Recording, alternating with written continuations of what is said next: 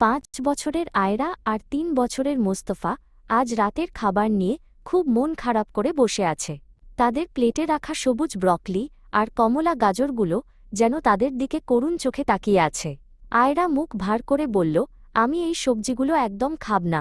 ছোট মোস্তফা মাথা নেড়ে সায় দিয়ে বলল, আমিও না, আমার শুধু চকোলেট চাই।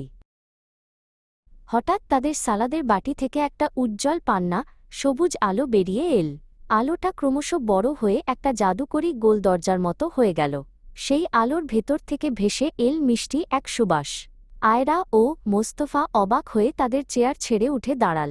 সাহস করে তারা হাত ধরাধরি করে সেই জাদুকরী দরজার ভেতরে পা রাখল। তারা এসে পৌঁছাল সবুজপুর নামে এক অদ্ভুত রাজ্যে। সেখানে মাটিগুলো চকোলেটের মতো নয়, বরং নরম পালং শাকের কার্পেটের মতো। তাদের সামনে এসে দাঁড়াল বরুণ নামের এক বিশাল ব্রকলি পাহারাদার। তার মাথায় বড় এক ঝাঁক সবুজ পাতার চুল। আয়রা বিস্ময়ে বড় বড় চোখ করে তার দিকে তাকিয়ে রইল। বরুণ তার বড় সবুজ হাত দিয়ে একটা বিশাল পাথরের চাকা এক হাতে তুলে দেখাল। সে গম্ভীর স্বরে বলল, আমি অনেক শক্তিশালী, কারণ আমি প্রচুর আয়রন আর ভিটামিন জমিয়ে রাখি। আমার মতো হতে চাও? মোস্তফা বরুণের বিশাল পেশি দেখে অবাক হয়ে হাত দিয়ে ছুঁয়ে দেখার চেষ্টা করল। বরুণ এক টুকরো জাদুকরী সবুজ পাতা আয়রাকে খেতে দিল। আয়রা ভয়ে ভয়ে এক কামড় দিতেই অনুভব করল তার শরীরের মধ্যে অদ্ভুত এক শক্তি আসছে। সে অনুভব করল সে যেন অনেক উঁচু পর্যন্ত লাফাতে পারবে। মোস্তফা তার আপুর চোখে মুখে খুশির ঝিলিক দেখে অবাক হয়ে তাকিয়ে রইল। এরপর তারা দেখা পেল কিরণ নামের এক গাজর স্কাউটের। কিরণের মাথায় সবুজ পাতার টুপি, পায়ে ছোট বুট জুতো আর গলায় একটা দূরবীন ঝুলছে। সে খুব চটপটে। কিরণ বলল, আমি অন্ধকার গুহার ভেতরেও সব স্পষ্ট দেখতে পাই। তোমরা কি আমার জাদুকরী দৃষ্টি দেখতে চাও? মোস্তফা উৎসাহ নিয়ে মাথা নাড়ল। কিরণ তাদের এক অন্ধকার ঝোপের কাছে নিয়ে গেল। হঠাৎ কিরণের চোখ দুটো টর্চের মতো উজ্জ্বল হয়ে জ্বলে উঠল।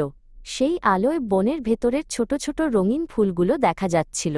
আয়রা অবাক হয়ে বলল, বাহ, গাজর খেলে বুঝি চোখ এমন উজ্জ্বল হয়? কিরণ হাসিমুখে মাথা নেড়ে সায় দিল।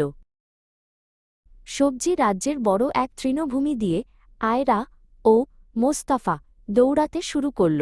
জাদুকরী সবজির প্রভাবে তারা এত শক্তি পেল যে তাদের মোটেও ক্লান্তি লাগছিল না। তারা একে অপরকে ছাড়িয়ে যাওয়ার প্রতিযোগিতায় মেতে উঠল। তাদের হাসিতে পুরো সবুজপুর মুখরিত হয়ে উঠল। ফেরার সময় হয়ে এল।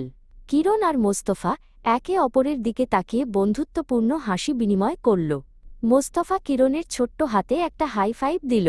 মোস্তফা চিৎকার করে বলল, এখন থেকে আমি রোজ সবজি খাব, যাতে আমি তোমার মতো বুদ্ধিমান আর চটপটে হতে পারি। চোখের পলকে এক ঝিলিক আলোয় তারা আবার নিজেদের খাবার টেবিলে ফিরে এল। আয়রা আর মোস্তফা আর এক মুহূর্ত দেরি করল না। তারা হাসিমুখে প্লেটের সব ব্রকলি আর গাজর গপগপ করে খেয়ে শেষ করল। তাদের মুখে এখন বিজয়ের হাসি।